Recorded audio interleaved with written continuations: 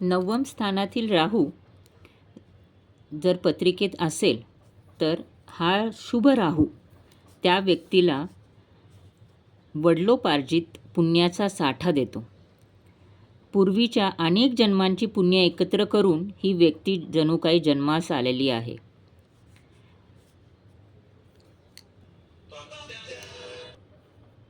हे प्रतिष्ठित, विद्वान, मान सन्मान मिळवणारे व्यक्ती असतात. यांना तीर्थयात्रा, गंगास्थान, महापुरुषांचा सहवास अनेक वेळा घडतो. 33व्या वर्षानंतर ह्यांचा खूप चांगला भाग्योदय होतो.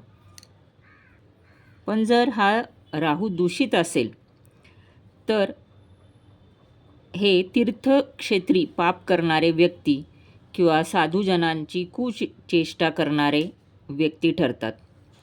यांच्या हातून धार्मिक कार्य क्वचित घडतात.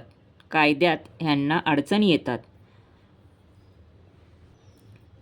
हे व्यक्ती पारंपरिक रीतिरिवाज पाळत नाहीत.